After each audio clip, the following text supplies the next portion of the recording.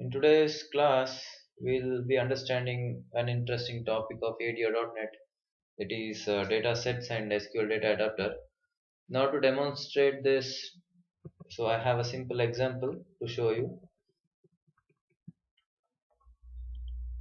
For this, basically you need an SQL connection with a connection string passed to it.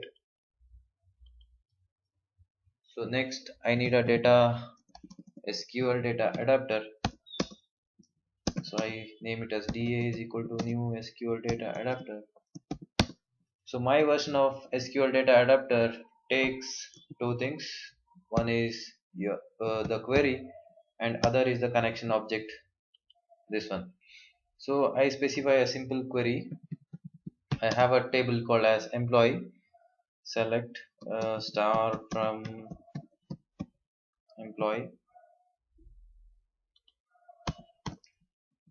This line, so SQL data adapter is a part of your disconnected oriented architecture. So disconnected oriented architecture, the user need not query the data, open the connection explicitly, close the connection explicitly, or query the database, store into a variable and display to the user. No. So what here the SQL data adapter, what it does is, so it opens the connection, closes the connection, it queries the database, it stores the data into its object, that is a DA. So now the complete details, whatever the query returns, the details is inside the data adapter object. So now if you want to show to a user, you cannot directly show to an user. So I'm using something called as data set. ds is equal to new data set. So data set is something like a database, is an in-memory representation of a database. So database is in separate, it's present in a separate server. So data set, if you want, for example, if you are having a frequent data, a frequent table details which is used by the user, what you do is, instead of each time frequently taking it from the database, so what you do is, first time you take it from the database and store it to a data set. So whatever you wanted to perform onto the database, you perform it onto dataset.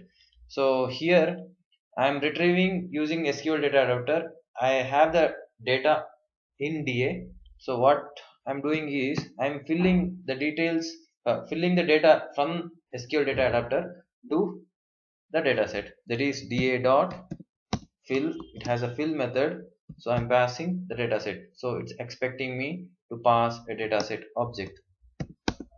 So that's it. So you are retrieve the data. So you have created a dataset object, you have filled, you have uh, pushed all the details onto the dataset. So now you wanted to display to the user. So one simple way I have done here is, I have taken a grid view. So I have named it as a gv employee list. What I'm doing here is, gv employee list dot data source. So where is the data source? My data source is a data set gv employee list dot data bind. So I'm binding the data. So that's it. You retrieve the data using SQL data adapter, store the data using dataset, and display the data using your grid view. That's it. So you get all the details displayed onto the client side.